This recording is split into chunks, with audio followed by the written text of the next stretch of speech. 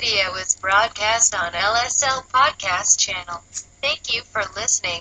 Please subscribe to the channel. Well, it was a bit of an uncomfortable start to CBS this morning. We wonder where Carl Peralta... Let me be very clear. There is no excuse for this alleged behavior. It is systematic and pervasive. And I've been doing a lot of listening, and I'm going to continue to do that. This I know is true. Women cannot achieve equality in the workplace or in society until there is a reckoning and a taking of responsibility.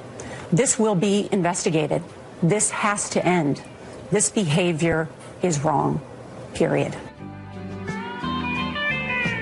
That was Nora O'Donnell. A day of reckoning. This I know to be true. That's kind of an interesting phrasing. This is always... It's very Joan of Arc. It's very Shakespearean. Yes. This I know to be true. This I know to be true, countrymen. There will be a day of reckoning. Then bring Charlie to the pyre. Charlie, bring him to the gallows.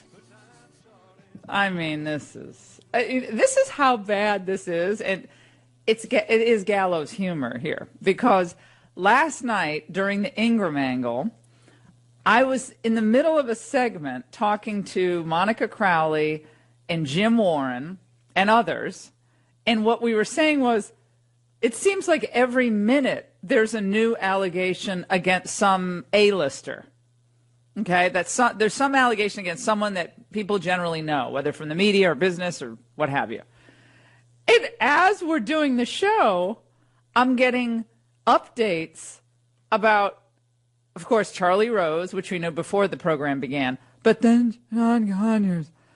It turns out that John Conyers, congressman for a half a decade plus, half a century plus 2 years, himself was chasing tail for decades.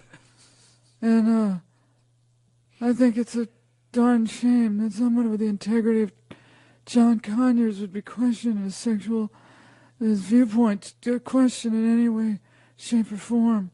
So John Conyers is now, what's the story behind him, Raymond? He was flying women in or on government tab? Yes, he was. He's an old hound dog. I mean, what is he, 80? Well, how do these men must be popping Viagra like I'm popping Tums. And then he settled a wrongful dismissal complaint in 2015. I don't put much into some of the wrongful termination complaints. Let me just tell you, people are looking for money. Well, she alleged that doesn't mean anything. She alleged she was fired because she would not succumb to his sexual advances. And then through that office that you first reported when your show started, the shush fund. Yeah, the Office of Compliance. They apparently pay these people off. So once the settlement is made, it is paid via salary. So nothing looks out of the ordinary on paper. That's what's just coming out. So John Conyers is just the beginning. There were $15 million paid out of that fund. We're going to get all those names. Al Franken's going to look like a dress rehearsal when this I said something last night that might have shocked some of my viewers and might shock some of you, but I don't think I keep calling him Al Sharpton. Al Frankenfrog. I don't think he should resign. I think this should be left to the voters of Minnesota. I think what's happened now is that we are now in full Salem witch trials mode. And number one, I think there are an enormous amount of creeps in business and politics, but there always have been. And number two, I think women are smart to speak out and speak out forcefully. Number three, I think it's very difficult when you speak out years later because no one can defend themselves, women or men who are accused. And take it out of the sexual context for a moment. Any type of workplace discrimination, how do you really defend yourself? Once the allegation is raised, how do you defend yourself? It's pretty difficult. Unless there's a trier of fact and a judge and a jury, and you bring on evidence and you subpoena documents, and then the jury makes its decision. But in this case, it looks like there are women who are making these. He grabbed my tush, he smashed his face up against mine. The anchor out in L.A., the radio host and former Playboy model. And she gave a very emotional talk on television about it. I understand this is all very painful for these women. But I do not believe that you can take people's livelihood away and jobs away on allegations that are years and years and years old. And in the political context, look, private companies can do whatever they want. Companies have their own policies. If they decide that Charlie Rose is not good for their brand anymore, that's what they're going to decide. But when it comes to the political sphere, I find this is going to go into a direction that people are not going to like, because you're defining sexual harassment down. Remember we used to say you're defining deviancy down? You're defining sexual harassment down. True sexual harassment is a hostile work environment where you are threatened with retaliation and punishment if you do not comply, or it's such a hostile work environment that you really cannot do your job. I mean, in good conscience. Now, some of this is lewd. I mean, behavior that if something happened to my daughter, they'd have to deal with me. Okay, but that's the definition of sexual harassment is not just lewd behavior. So you got to be very careful how people proceed here. And I know people say, "Oh, Laura Ingram's defending the harasser." No, I'm not, morons, and don't say that. Listen to what I'm saying. And there's a piece in National Review. Raymond, do me a favor and look it up. I can't remember the kid who wrote it. But it's an interesting piece. And I didn't see it before I said this last night, but I understand someone wrote something like this on NRO, which is interesting. The instinct for everyone is to pile on Franken, pile on Charlie Rose, pile on all these people. Well, again, CBS is a corporation. They have their own governing standards, and they're going to have to deal with this. I don't think Charlie Rose is ever coming back. I think Jim Warren said that last night in the Ingraham angle. I think he's right. But let us be very, very, very clear. If you start convicting men or women based on years-old allegations of misconduct, you are opening up a can of worms. You're opening up a Pandora's box of constant allegations, and the threats can actually go the other way. Think about the retaliatory behavior that true sexual harassers have against women, or women against men, because women can sexually harass men. Men can sexually harass men. So it's an atmosphere of retaliation. People are afraid to speak out because they'll lose their job. Now, think about it in the reverse. Think about a woman or man in the workplace, whatever your sexual orientation is, none of that matters, who plays it the other way. I'll retaliate against you. You don't give me that bonus. You don't keep me in a job in which I'm not well suited, or that you've done away with, a job that you've decided to downsize and you don't need this position anymore in a company, and you decide to say, no, I'm going to retaliate against you. Now what type of monster have we created? So the retaliation can go both ways, especially in this atmosphere where everybody's looking for someone's head to chop off in the town square. 855-40-LAURA. I want you to understand what I'm saying. I'm not in any way minimizing true sexual harassment or gross behavior.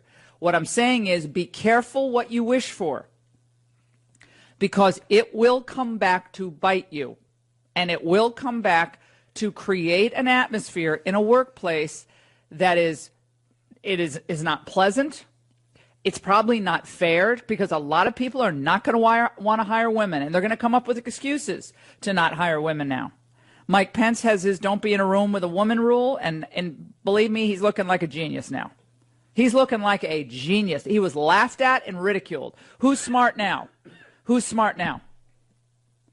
855-40-LAURA. Apparently, there was a lot of sleeplessness last night. Gayle King, who's also a host on, and I've always liked her.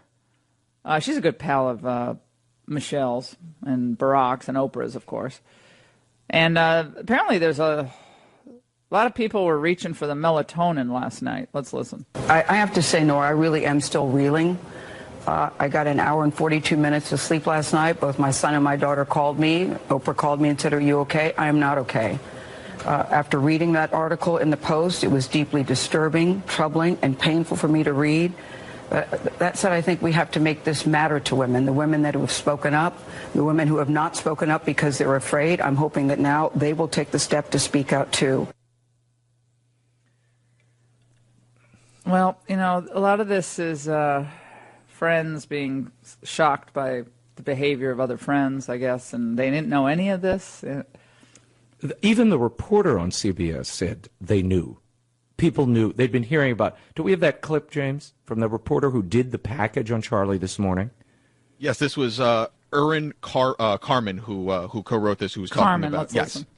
I first became aware of this story in 2010 when I was a reporter at the website Jezebel, and I attempted to report on them, but unfortunately I hit walls. I was not able to confirm the story. People were not ready to talk, frankly. It occurred to me now in the last few weeks, because of the amazing reporting that's been done on sexual misconduct and abuse, that perhaps the women who were worried about retaliation, that perhaps they were ready to talk. The garbly, turkey-like audio quality of that notwithstanding, she said she's known about this since 2010. Look, I've known Charlie Rose for 21 years, 20 years, something like that. Yeah, I met him first in 1995, and I was a lawyer. I started going on his show in 95. I mean, Charlie, I've always liked Charlie. I mean, I've kind of, we used to goof on him a lot on the radio early on because he would do interviews like Sting. He'd have Sting on, from the Police. They said, Sting, we both have great lives. We love our lives. We go to great places. We know we've met everybody. And then he'd just look at Sting, and there's no question. There's a long statement, and then Sting looks at him and say, "That's right. That's absolutely right, Charlie." And that's the interview. So we would just goof on him, but he's he's a kind of a hound dog, I guess. I mean, I don't know. I mean, that's this whole Me Too. Well, look, I'm reading the John Conyers thing and reading the Charlie Rose stuff. Charlie Rose sounds like, a middle to upper age man desperately reaching out for, a date. That's what it reads like. Now, I realize these people are working for him. They're working for him, and that's the problem. And John Conyers is the same. You got girls who are working for him, and he's saying, why don't you come up to my room? You go to my room, and if you can get...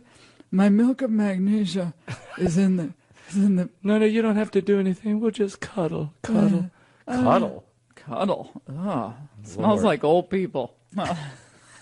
It's gross. Douglas Murray writes in National Review. That's it. Okay, He writes, every time the definition of rape, abuse, and molestation is brought down another notch, and this new low water mark is agreed on across the political spectrum, watch out. The prospect for a different type of harm increases. If we agree for short-term political pleasure that Franken is guilty of serious sexual molestation for an unfunny photograph taken years ago, or for a sloppy and unwanted pass at a woman, then two things are certain to happen. The first is the difference between bad manners and rape will become blurred even further, and the second, the opportunistic process risks embedding the now prevailing narrative of the third wave feminism, which is that men are all rapists or proto-rapists, and that women in our society trend a constant and violent minefield their entire lives. I completely agree with that. I think it's a great way of thinking about this, and you're defining sexual harassment down. Opportunistic individuals, both men and women, seeking to retaliate. I mean, I'm not saying all of them, but you create and set up your own minefield. And you think remember, these are well-known people, so they're all vulnerable. But there are going to be people who aren't well-known and working in a tool company somewhere, and this will happen to them too. And maybe they did something, maybe they didn't. But true sexual harassment, understand what it is versus creepy behavior from an old lech. 855-40-LAURA. Stay with us. Oh, I know you're excited. You may be getting away for a few days, maybe at Thanksgiving, maybe at Christmas. And I'm telling you, when you pack for your trip, wherever you're going to visit grandma, maybe you're taking a drive or flying somewhere, I want you to pack the game Say Anything. Yes, the game Say Anything. It's a go-to game. I play it with my friends and family. No stress, no rush, no timer. It's quite amazing when you play it. What happens with Say Anything is everyone sits around the table and a question's thrown out. You write down your opinion. Then you start sharing your opinions. You're laughing. You're learning. You actually learn things about your kids you didn't know before you started playing the game. And all ages can play. It's so much fun. I think it's one of the best party games I've ever played. So remember, when you're packing for this holiday season, you can pack an extra hostess gift. and bring Say Anything, pack it for that trip in the car, and you'll see how you're laughing and learning with each other. Put those smartphones away and be together. Say Anything. Black Friday deals are all over at Target and Toys R Us. Say Anything. If you've listened to my show for any period of time, you know how much I love Food for the Poor. They do what they say. Their financial integrity is unequaled, and I've seen their work personally. I'm so excited to work with them again this year. In Haiti, 1 out of 14 children will never see the age of 5 without our help. Together, we're going to save the lives of 4,200 children. $50 provides food for a year and clean water for life for a suffering child. Call 844-868-4673 or go to lauraingraham.com. That's 844-868-4673. And all the women are, they're devastated. And okay, I understand that. Oprah can just write a check. Just give them a check. Just give everyone a check. Honestly, at this point, there's no end. And these are people who are Democrats. I mean, Charlie Rose kind of left of center, not terribly. Well, I do not think Al Franken should be forced to resign. I do not think this atmosphere is conducive to really learning about much of anything. I really don't. I think now we're in a situation where we're way beyond sexual harassment, and we're just into la la land of you can't prove this, I can't defend myself.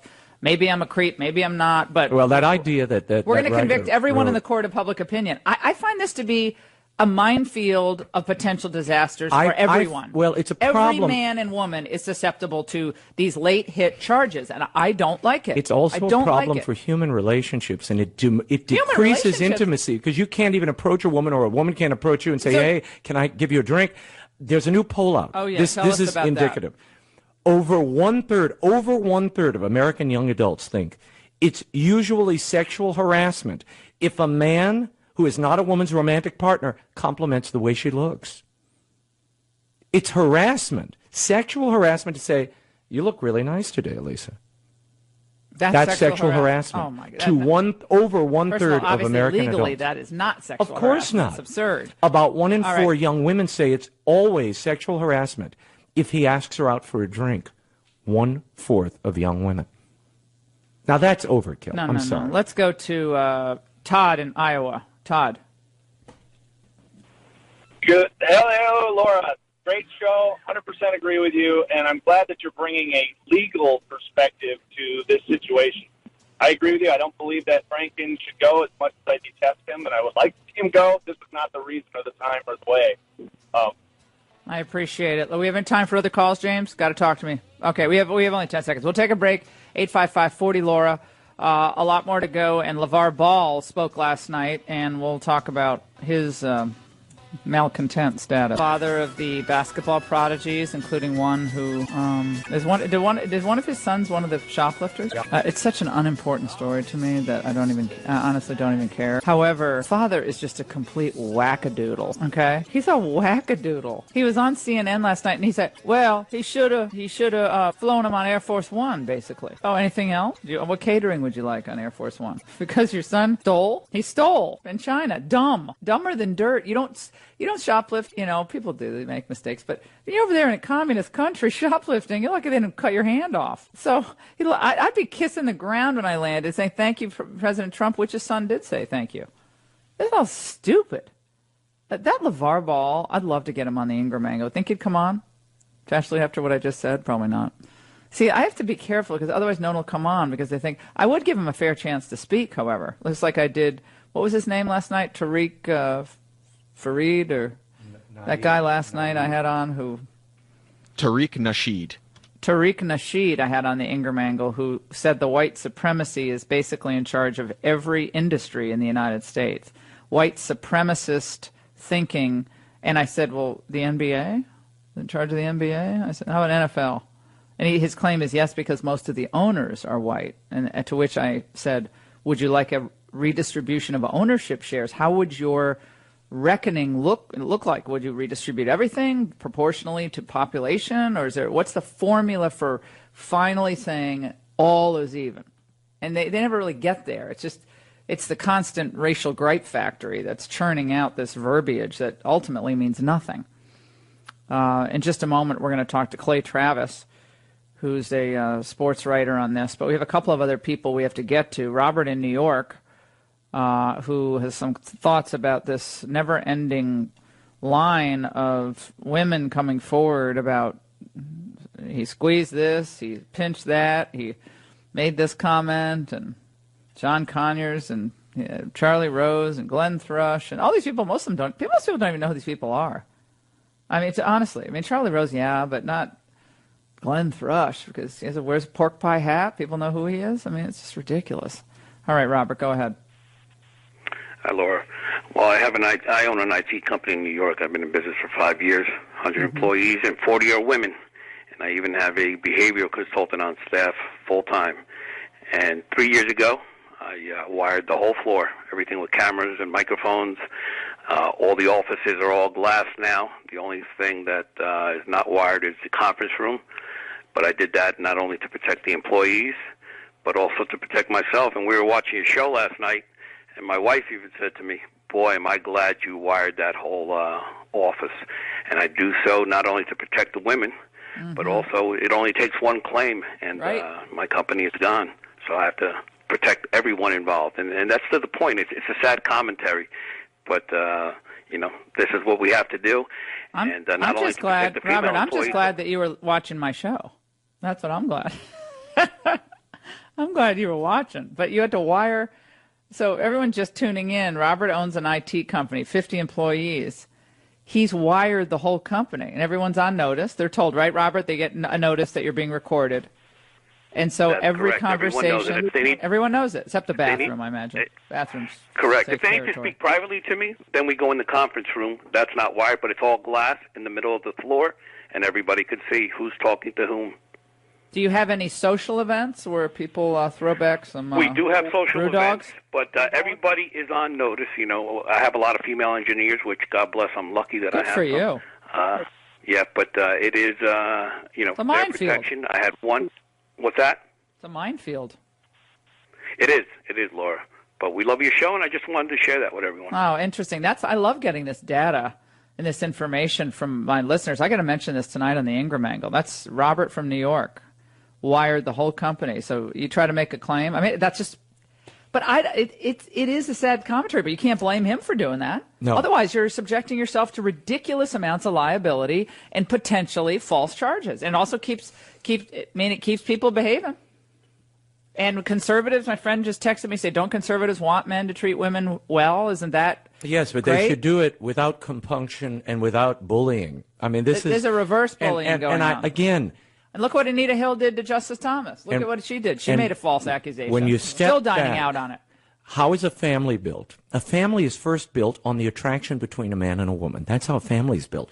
If you don't have that attraction and some space to say, hey, I find you attractive, or can we go out sometime? If that's not a safe space for everybody, families are over. Well, by the way, I worry about this. I know a lot of people who met their husbands or wives in the workplace. Right. I mean, when I was in my early 20s, some of my boyfriends are people I met in the workplace. They're still friends of mine to this day. I mean, they weren't bosses, but they were colleagues. But you could still, some of these people are making claims against colleagues. Right. But, in women and men do meet each other in the workplace. As someone just reminded me, like Joe and Mika. Now, he had more power in the relationship than she did. Was there some type of compunction there? Or was that sexual harassment gone right? I don't know. But you see where this goes. You can't ever marry you can't ever marry your boss then, because there has to have been something in the workplace. Right. Some manipulation. That's on actually the part a of the really boss. good point. See, people aren't thinking about where this is going. No. This is what I said last night. And I said this, and I'm surprised nobody's picked up on it, that I don't believe Al Franken should be forced out of the Senate. I think the Minnesota voters should get rid of him if they want to do that. They can have a campaign. But it's up to the people. It's up to the people of Minnesota. John Conyers? I haven't looked into that one yet, Raymond. But I do think my wife was corrupt to the core. And I don't know, I've been here for 52 years during the Johnson administration. And that's Lyndon Johnson. Or was it Kennedy? I can't remember. And they got senators wandering around. They don't even know where they are. They're suffering from late onset dementia, and they're still in there. God knows what they're grabbing onto. They think it's a railing. It's a woman's behind. They don't know what they're doing. Now, Laura. That's No, that's whatchamacallit from Mississippi, Thad Cochran, who they had to usher. He was heading the wrong way. He was going to the House. They said, "No, sir, you're in the Senate." And they ushered him toward the Senate. 1,000 points of contact. Oh, let me. Okay, can you adjust my wheelchair because my angle's a little high. The angle's quite get that. Push it down. There we go. Wow, it was thanks, honey. Barbara, look the other way. Joining us now is Clay Travis. You have to just laugh through this. This is just an American sports journalist, writer, television analyst who has had to listen to this. Clay, how you doing, my friend? I'm doing well. I once got up at a wedding reception to tell the story of how a guy and a girl met at work. And I told the story, and I said, before I finish this, I want you to think about this. This could have either been a marriage, and by the way, they're married, they have kids, they're very happy so far as I know, doing well. But I said, when you hear all this story, it could either read like somebody is being arrested for stalking, or it could be a marital relationship that ends gloriously. Like the next time you go to a wedding, listen to the toast and just close your eyes and imagine that it's written in a police report. It's like, this guy would not take no for an answer. He chased her all over the place. He wooed her for, months and months. He showed up at her house unannounced. Like all of these things are technically things that could be written in a police report of a stalker, right? The difference is really it is in a positive way, and we've got all this ridiculous, like trying to figure out what's appropriate and what's inappropriate. I actually used to make a living as a lawyer doing sexual harassment training, of all things, and investigating sexual harassment, and it's just a total minefield when you're at work trying to deal with perceptions and reality and everything else. Like it is, and nowadays, I mean, basically everything seems like it could be classified as sexual harassment if somebody wants to do that.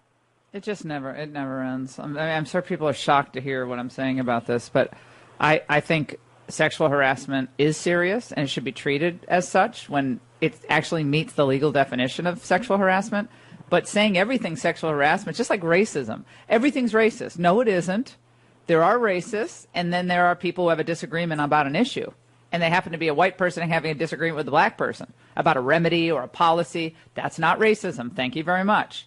Don't diminish real racism. Don't diminish real sexual harassment. That's my point. Clay, let's talk about this LeVar Ball and his son, LeAngelo Ball, who was arrested for shoplifting in China. The players were released in part because President Trump called President Xi and said, come on, let these kids out. They should come back. The players did thank the Chinese government and President Trump for getting them back. They apologized to the school, apologized to the country, said they embarrassed themselves and their team. And then LeVar Ball, the father of whatever his name is, LeAngelo, he popped off. Trump responded and said, maybe I should have left his son there until my next trip to China. And apparently people are now saying, I think we have the soundbite, James, right, of the Morning Joe crowd saying that this is racist overtones. Do we have the soundbite from yesterday? Okay, we'll play that. But what's your take on how this whole thing played out for the College Basketball Association? Oh, well, first of all, I've got 3 boys just like LeVar Ball does. If one of my 3 boys right now was in China and they got arrested for shoplifting, I would be furious beyond belief, right? I would just lose my mind. You know how old my boys are? 9, 6, and 3. So if my 4th grader did what LeVar Ball's college-age kid did, I would lose my mind. And to me, I don't understand how this is remotely turned into a controversy. You don't have to like Donald Trump if you're LeVar Ball. You can find him to be a bad president. You can not have voted for him. But I don't care who the president was. If you helped get my kid out of Chinese jail, I would kiss your ass if you asked me to, right? I mean, much less just say thank you. I don't understand that. Of all the controversies, you mentioned the race angle here. If Donald Trump doesn't try to get these 3 idiots out of jail in China, he gets accused of being racist. And now when he sends off what I think is a flippant and pretty funny tweet, honestly, like, oh, I should have just left them in jail. Now he's racist for sending that tweet. Like, this goes along with my position in the world of sports right now as it intersects with Donald Trump. he literally can't do anything without being criticized. When this story happened, I said, you know what? I predicted on my show, my national Fox Sports radio show, I said, Laura, he is going to get these guys out of prison, and it's actually going to, because he's going to be in China at the exact time. He loves sports. He's paying attention to it. He will get involved here. It will be very positive. These kids are going to get a benefit that they don't deserve because they've been idiots, and Trump is going to be the hero here. And what's amazing to me is that LeVar Ball is not willing to just say thank you. I would say thank you to anybody who was helping one of my 3 sons if they were facing serious jail time. And so I just think this is a patently absurd story that to me is evidence of what, you talk a lot about the bias in the media at large when it covers news. The sports media is infinitely more biased against Republicans and against Donald Trump and conservative thought in general than the news media ever has been. It's really baffling once you actually start to pay attention to it. Well, it goes back to the whole showboat mentality of entertainers or sports figures, and they're all kind of one and the same. The guy, LeVar Ball, is an amazing coach. He's incredibly talented sons in the field of basketball. But he's a horse's you-know-what. I mean, the guy's just... everyone thinks Muhammad Ali, but he's Muhammad Ali. I mean, Muhammad Ali was Mr., boastful, but, he had a lot to back it up. I mean, this guy's like, we're going to be $1 billion franchise, and we already have our own shoe line. And I'm just so sick of that whole mentality in the entertainment industry, and I think so many people are just so over it. I find the whole thing just kind of a waste of time.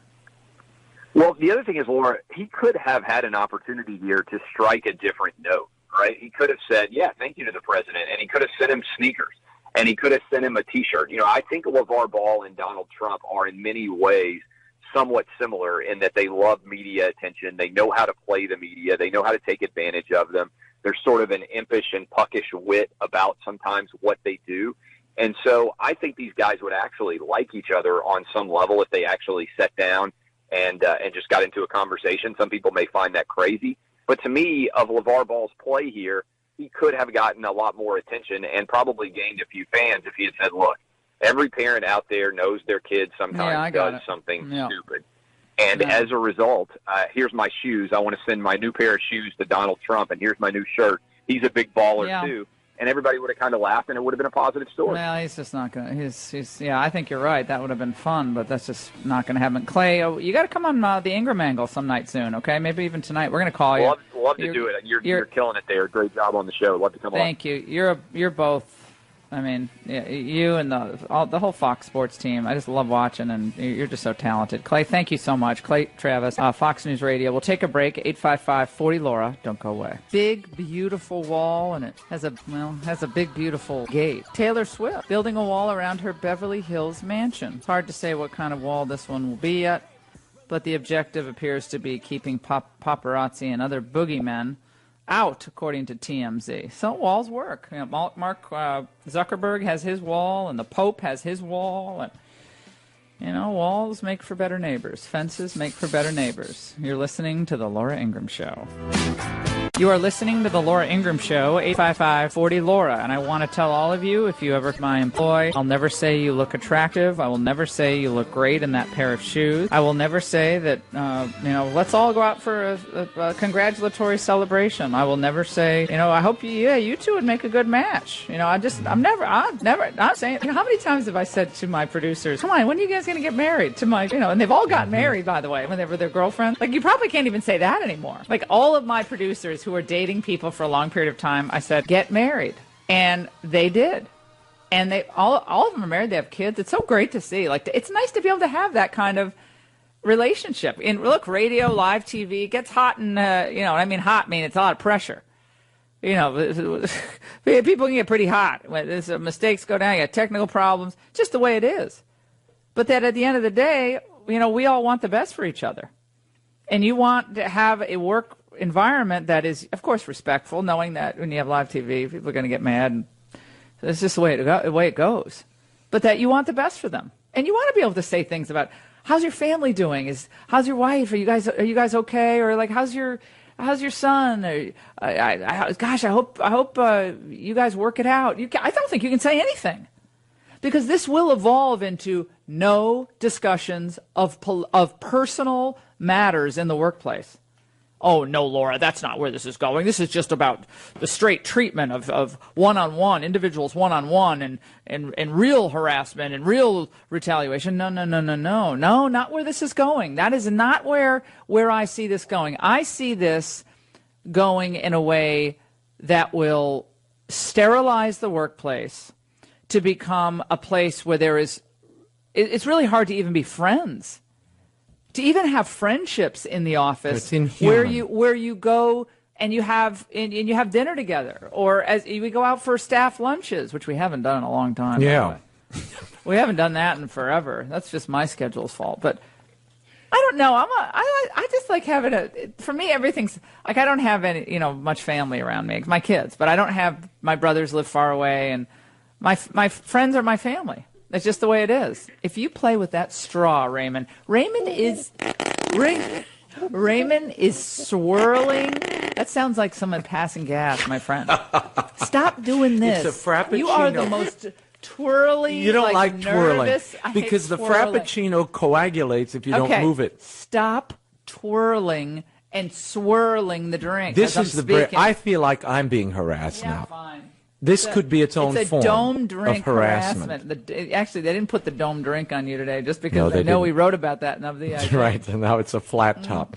It's that it brings to mind this poll, that poll that we referenced earlier, that I want everybody to think about. I want your reaction to this. The Economist posted a poll. Over 1/3 of American young adults think it's always or usually sexual harassment if a man compliments a woman's looks. Over 1/3 of American young adults think that's true if you're not the woman's romantic partner. Now, how do you ever get a romantic partner? Right, exactly. If you don't ever get to compliment anyone, then how do you ever get a romantic partner? This is what I don't understand. It's like the end of relationships. It's the end of dating. Well, we know that millennials don't date. Like 83% of them do not date. This is the death of not only a generation. We're talking about a species. This is how the species goes on, boys and girls. You got to be attracted to one another, and you have to have a way to convey that. And I worry when there's such a chilling effect that a man, and mostly it's a man who would say it first, can't tell a woman, you look really beautiful, or wow, your hair looks pretty like that. Is that sexual harassment? I'd love to hear from you. 1-800-40-LAURA. And then the add-on is about 1-800. You don't even know the number. What is the number? 855-40-LAURA. I'm tired. Leave me alone. I'm sick and tired, and I'm here. Helping. Getting harassed for my twirling, and now for my illness. James, you know that, right? When someone comes into the studio and I'm talking and they hover.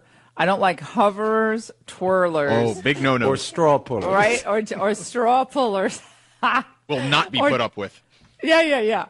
And people hovering behind me. I don't like hovering or tapping. I don't like tapping, hovering, or people who tap you like this.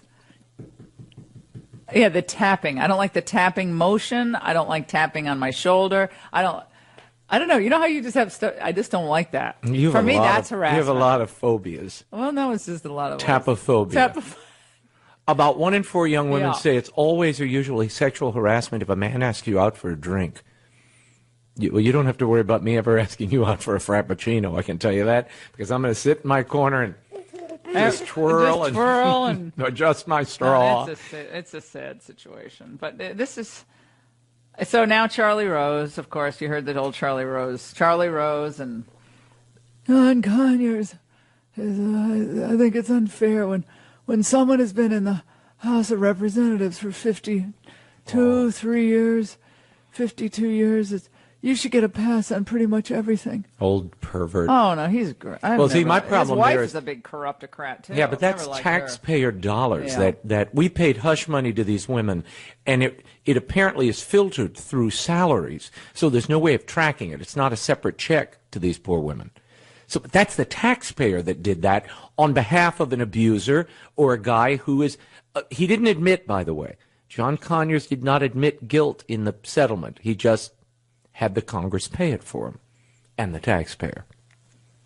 You're listening to the Laura Ingraham Show, 855-40-LAURA. Bill in Maine. We're going to open this up to you. We're on the couple days away from Thanksgiving, and we have a lot to be thankful for, but we have to be careful where we end up taking all of this. I'm thankful I met my wife 24 years ago when she walked in, and I told her, "Wow, you're really beautiful," and I could say that with abandon. Is that one of the first things you said to her? It was. I was casting her in a play. Oh, she came so out, there's the casting, power structure, the casting couch. There was no casting couch. My girlfriend at the time was behind the table, and actresses came in, and she was and a Rebecca tramp, was one of the first. She was a tramp, that first girlfriend. I'm not commenting I'm at all. joking. I don't even know her. I'm just joking. I'm joking. You're talking to the wrong Rebecca people. is literally one of my favorite people, period. There are very few people who can make me laugh. I mean, belly laugh.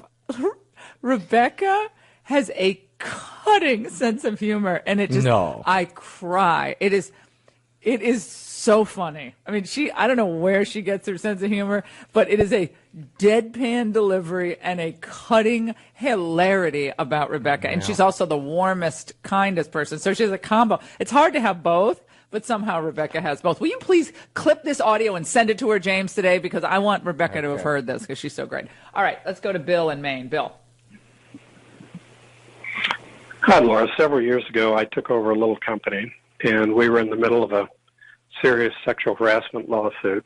Mm-hmm. The lawyer who helped us win the lawsuit, she was excellent, and I asked her if I should stop traveling with our female field reps, and she said if you travel with the male field reps, you need to continue traveling with the female field reps, otherwise you're going to be discriminating against them and not giving them the benefit of your insights and your mentoring.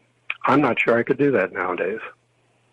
Oh, so now you're coming and going. I mean, no matter what you do, you're going to be subjected to this kind of claim of harassment. Oh, gosh. I see what you're saying. So if you don't include women, then that's all problem. You don't want to penalize great female employees, and there's so many of them. You want to advance people in their career regardless of, whether they're men, women, black, gay, straight. I don't care. Are you an employee who can add value to the company? And do you have a work ethic? And do you make the place better? That's it. You have a work ethic. Do we need your work? Do we need your talents?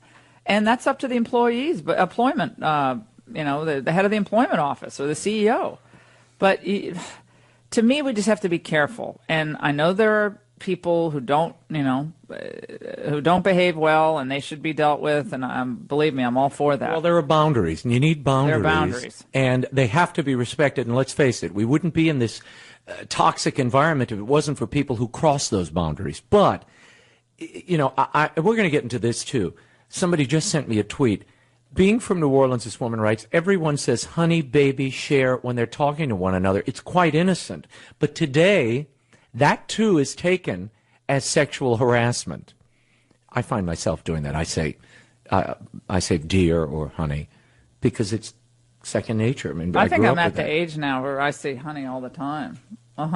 Honey, can you get me a sweetheart? Right. Sweetheart. But this is like my mother used to. So I picked that up. Well, because you hear adults saying it, and my mom said that to me. My grandfather would always say, "My dear," like, "Come over here, my dear." Well, I find myself saying that, particularly to women. What the heck is wrong with that? But that's a gentle thing in my mind. But who knows how it's being received? I could be the next Charlie Rose. 855-40-LAURA. I'm going to hold that piece of tape. In a moment, we're going to talk to Arvin West. He's the sheriff of Hudspeth County in Texas, where that horrific attack, absolutely horrific attack on 2 Border Patrol agents surrounded, like that dogs, wild dogs video I tweeted out in August when I was in Botswana. The wild dogs, they pummeled these Border Patrol agents. One has severe head injuries, survived, and the other officer Martinez was so badly injured he lost his life. We're going to hear the latest from Sheriff West. And do you agree with me that we're now entering potentially very dangerous territory and expanding the definition of sexual harassment to include asking someone out on a date, complimenting someone's dress or tie, just normal human interactions? There has to be a clarity in a difference between real harassment and just normal human relationships, which we don't want to discourage. Screens discourage us enough from having normal human relationships and real conversation, real truth. All right, we'll take a break. 855-40-LAURA. 2018 is right around the corner. Can you believe it? And that means your car is going to cost more to fix on January 1st. That's because it's another year older and parts cost more for older cars. So if you're out of the manufacturer's warranty, get the peace of mind that comes with extended vehicle service protection from CarShield. It's affordable protection that can save you hundreds, even thousands for a covered repair. They even have plans that cover your car's computer, your GPS, electronics, and so much more. So if your car is between 3 and 12 years old, doesn't mean you have to pay high repair bills. You can have your favorite mechanic or your dealership do the work, and CarShield will get them paid directly. Sign up today, and you're going to get 24/7 roadside assistance and a rental car while yours is in the shop. CarShield administrators have paid out close to $2 billion in claims, and they're ready to help you. Get extended vehicle service protection before it's too late. Call 800-CAR-6100, mention the code Laura, or just go visit carshield.com and use the code Laura, and you'll save 10%. That's carshield.com, code Laura. We have a lot to get to. Thanksgiving right around the corner.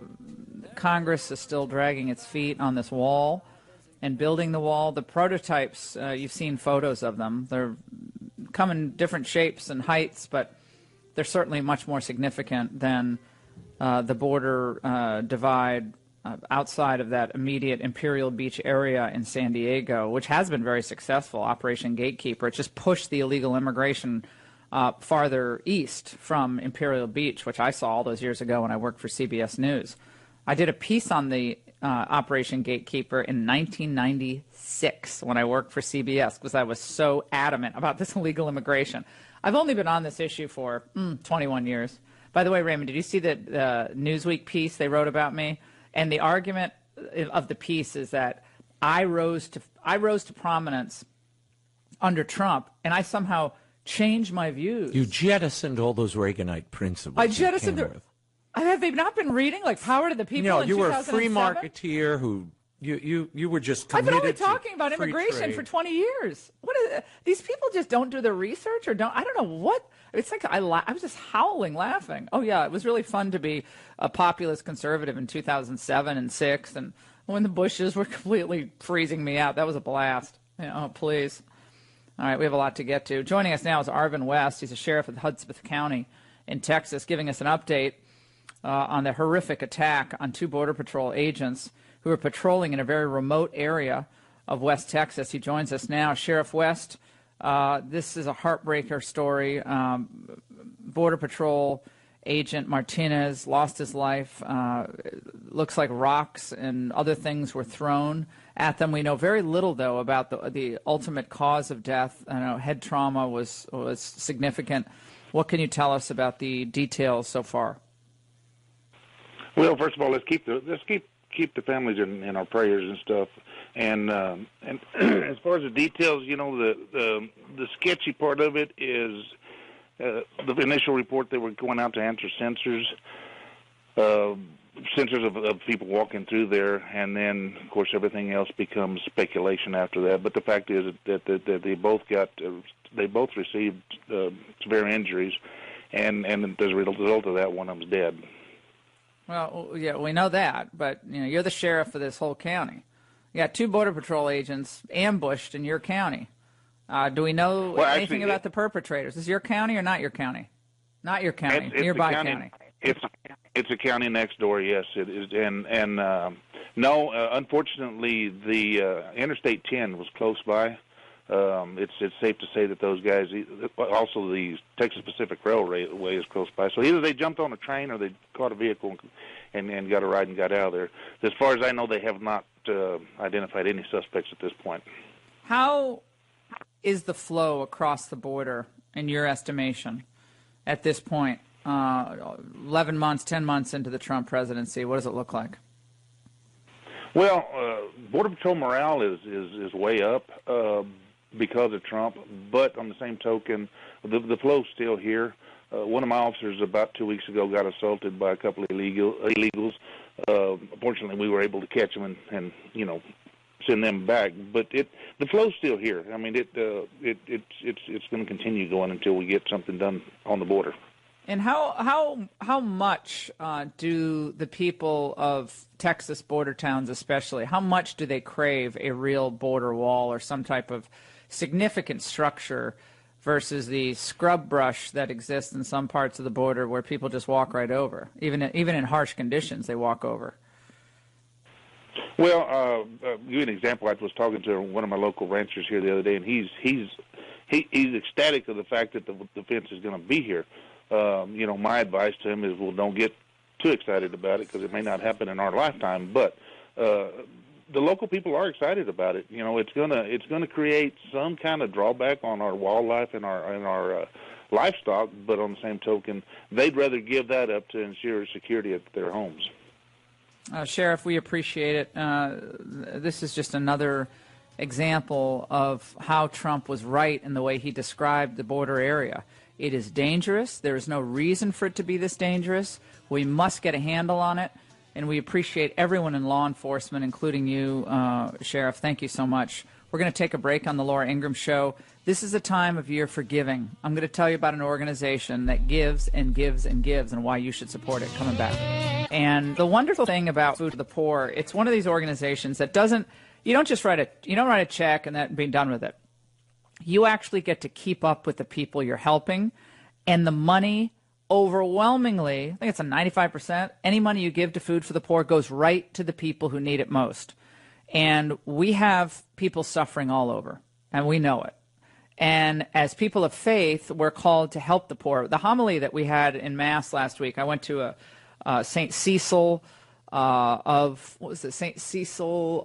St. Cyril of Jerusalem in Sherman Oaks, California. I think I'm getting it right. It was a wonderful church, and I hopped over to confession, and I hadn't.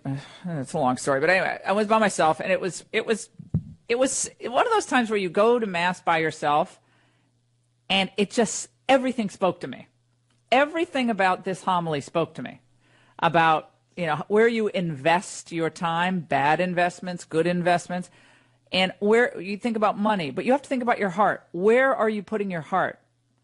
Where you put your treasure where your heart should be, and helping others. That's what we're called to do. And sometimes it's really hard. Mother Teresa, Raymond, you always mention this, that Mother Teresa said, you have to give till it hurts, otherwise it doesn't really count. Mm-hmm. You throw $20 in the collection plate, yeah, you can afford that. It's not a big deal for you. But you really reach in and you either give your time or your effort to someone, that's something totally different. And the people at Food for the Poor, this is what they do. They're called to do this. I say angels on earth, and I'm not saying that with any exaggeration, because everyone I know involved in this organization is like an angel. To me personally, what they've done for the poorest of the poor in Central America, the Caribbean, I think 17 countries, I've never seen anything like it. And they partner with these faith-based groups on the ground who really know the needs of the poor. And again, I've seen this, I've witnessed it, and it's just fabulous. And, there are partners all year long, but there are especially our partners at holiday time. And we are going to be doing something very special here on the Laura Ingraham Show. For four individuals who donate at least $15,000 each to Food for the Poor, you will have an opportunity to come to our radio show and sit and watch the radio show. And, of course we're going to chat you up on the radio. That's what we do with our guests who come in. And you'll be able to see, the radio show and how we operate and just be part of our, crazy family in radio. And that's what you're going to be able to do. And take pictures. We're going to have a great time. So $15,000. I'm looking for four $15,000 contributions for Food for the Poor. And I think last year when we did this, we had so many people. I mean, we had to cut it off. I think we had so many people up at, I think it's maybe even $20,000, but I'm starting at $15,000. And once we blow through those four, it's going up to 20. So you better act now, because otherwise it's going up to $20,000. And they got a lot of rich people listening to this show all across the country. And God bless you, because you made your money, and now you can really do some good with it. And I applaud you. Joining us now, and I'm so upset because I'm a little under the weather, so I wasn't able to come into the studio, Todd Chapman. is a child advocate, and he's with Food for the Poor. Hi, Laura. Hey, Todd. How are you? I'm sorry you're not here, but thank you for not sharing whatever it is you've got. Yeah, it's the giving. Todd, when I make my voice go up a certain pitch, I start coughing, so I'm going to be careful. All right. But it's the giving season, but we don't want to give our germs and our bacteria to our wonderful guests. But Todd, I just want to say, first of all, through our partnership, both on lauraingraham.com, the videos that we post of the latest great work you've done, and also on LifeSet, I just am so proud of the effort that you guys have put in, and I'm a little bit overscheduled right now with the beginning of the new TV show. But Maria has already told me, she's now 12, and she's my height, which is infuriating. Oh, wow. She's going to be looking down on me soon. But she's like, Mom, when are we going back with Todd and the gang of Food for the Poor and Angel and everything? I said, we're doing it. But we want to go with you to one of your great nation efforts and national efforts in the Caribbean, maybe Haiti. But just want to say how much we value you, we love you, and we are just going to try to raise an enormous amount of money for Food for the Poor through the end of the year especially. So just thanks so much for everything you're doing. Well, thank you. We are so grateful for our partnership with you, and what a blessing it has been to get to know you and Maria, and we had such a great time when we took you to Guatemala and would love to take you to Haiti. But I'm so excited, Laura, because last year during this time, your incredible listeners saved the lives and changed the lives of over 3,000 kids through their generous donations, giving them food and water. And this year, because you did so well last year, we thought, well, let's amp this up a little bit, because, you know, what's better than saving 3,000 kids? Saving 4,000 kids, right? And so that's what we're going to endeavor to do during this holiday season. And, you know, the thing that I love about the impact at Food for the Poor is that it doesn't cost very much to literally change the world for a child. It's incredible. $50, and you feed a starving child for a year. And actually, that gets me excited. But the part that I find even more amazing, Laura, is part of that gift goes to provide them access to clean, safe drinking water for the rest of their life through a water well or a water purification system right there in their communities. You saw how that works. And that's such a game changer, you know, because I was just watching a piece the other night on 60 Minutes about how many millions of people die a year from unsafe drinking water globally. And so, you know, it's incredible the difference that our listeners are going to be able to make during this holiday season in the lives of these kids through Haiti and Guatemala and all across the 17 countries where Food for the Poor works. So 5 children can be saved with the gift of $250. Correct. 5 children. Correct. And we're going to talk about how people say, well, how do you really save a child $50? We'll explain that in a moment, because I know a lot of people say, well, that doesn't make sense. $50, the United States, $50 gets you nothing, gets you lunch. So we'll explain that in a moment. But that's when you do the math. Let me figure it out. It's about $20, $21 a month. $21 a month. $21 a month for the next year. You say 5 children, $21 a month. I mean, this is just a joke. Right. This is a no-brainer for everyone listening right now, unless you are on a fixed income elderly person. And I know people have lost their jobs and it's a tough time, but $21 a month. That is what, 75 cents a day? Something like it's a very small amount of money. You can really have an impact, and that is what we are called to do as Christians. And our people in our larger listening audience who are not Christian, maybe you're of another faith. Every faith I know, you're supposed to help other people.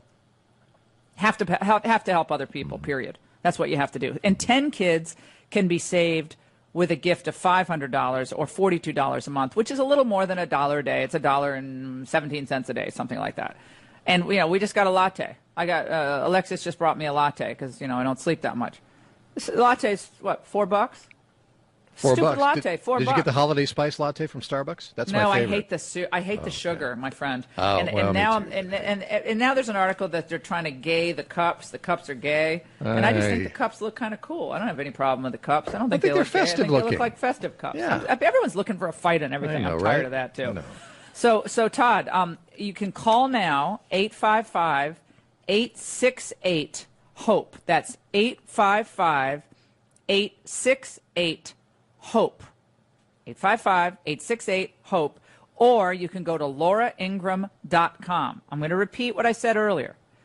You can give $50 for the year. You save 5 children. You give 5 children with $250. $50 you save a child. $250 you save 5 children. 10 kids are saved with a gift of $500.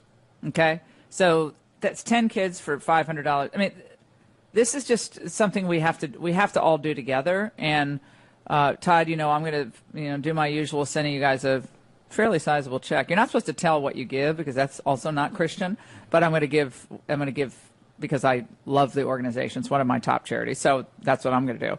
But 4 people right now have to understand we'll be doing this through the next couple of weeks, then it's going up to $20,000. But 4 people who give $15,000 each get to come to our radio studio, and for an hour, you get to be observing the show, part of the show, and we're going to have a great time. And we'll do photos and get a copy of Billionaire at the Barricades. And are you going to let them push the red button? Oh, the red button, perhaps. The red button could jettison them right out of the studio if they don't behave. Or somebody. Yeah, or somebody can get pushed out of the studio. Somebody's going to get jettisoned if you're not careful. Yeah, that's where it is. Now, tell us how it is that such a meager amount of money can save a life and then 5 lives and 10 lives. Because to regular people listening, they don't understand that. They're like, oh, they're just trying to get me to give money. Explain that. Yeah, well, totally. And first of all, it is amazing. I just went and bought the turkey. We're hosting family Thanksgiving at our place. And $70 just on the turkey. We got to have the organic turkey, and we got a 22-pounder this year, Butterball. and that's fine. It's good, but well, my wife's in charge of that. I just do as I'm told. But so I was thinking about that as I picked it up last night. Okay, $70 for the turkey, $50 will feed a child for a year. I mean, that's going to feed 12 people for one meal. That's $70, $50 food for a year. So the way we do this, first of all, we've been doing this a long time. Food for the Poor is 35 years old. We have tremendous partners that donate a lot of the goods, including most, if not all, the food that we distribute to these hungry people. And so the food is basically free. The biggest cost is distribution to get things, from wherever. If it's rice, it's coming oftentimes from Indonesia, nations like Taiwan. So we ship that in there. And the long and short of it is, Laura, a meal through Food for the Poor costs just 6 pennies, 6 pennies per meal. So when you look at the $50 gift, it gets a child or a person in one of our feeding programs. They get 2 meals a day every day for a year, and that equals up to $44. Then we take $5 of every $50 gift, and we put that together with other gifts, and we can build a water well or a water purification system, solar powered, right there in the communities wherever these families live, in Haiti or Guatemala. These are permanent solutions. That's the awesome thing about these water solutions. We're not trucking water in, every couple weeks in barrels and tanker trucks and stuff like that. It's not bottled water. It's expensive. It's not sustainable.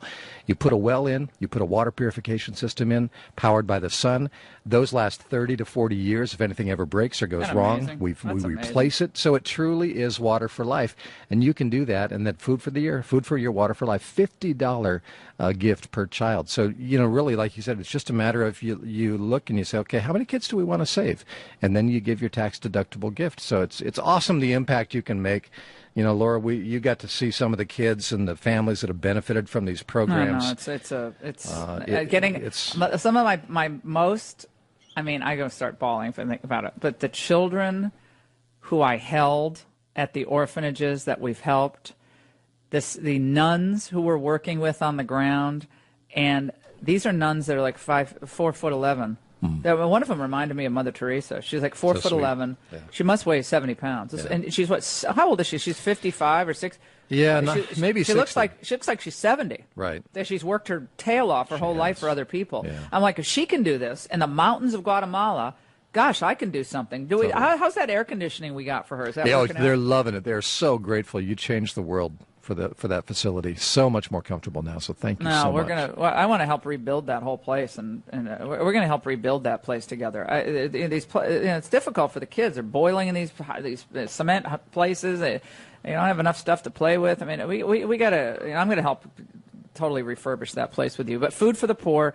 We're going to take a break. 855-40-LAURA is the number here. But remember, go to lauraingraham.com. Click on that banner ad. That will tell you how to be a partner with me in helping at Food for the Poor. 95% of all money you donate goes directly to the poor. It's our time. We are people of faith. We live our faith. We give until it hurts. Stay with us. Let's go to David in Florida. Very quickly, David, go. I charge Congress, both House and Senate, with aiding and abetting sexual predation by its members by supplying a taxpayer-funded slush fund so that the victims could be paid off so the predation could continue. Well, is it a conspiracy of silence? It looks like the leadership knew nothing about this fund. That's what we're hearing today. And remember, I was the first one to talk about this on cable news. I broke this on the Ingraham angle on cable. And we began to talk about it. We found out that even people like Jim Jordan, and we adore Jim Jordan, he said, I had never heard about this fund. And was John Conyers' victims paid out of this fund? We're going to find out a lot more tonight on the Ingraham angle, 10 p.m. Eastern. Tune in.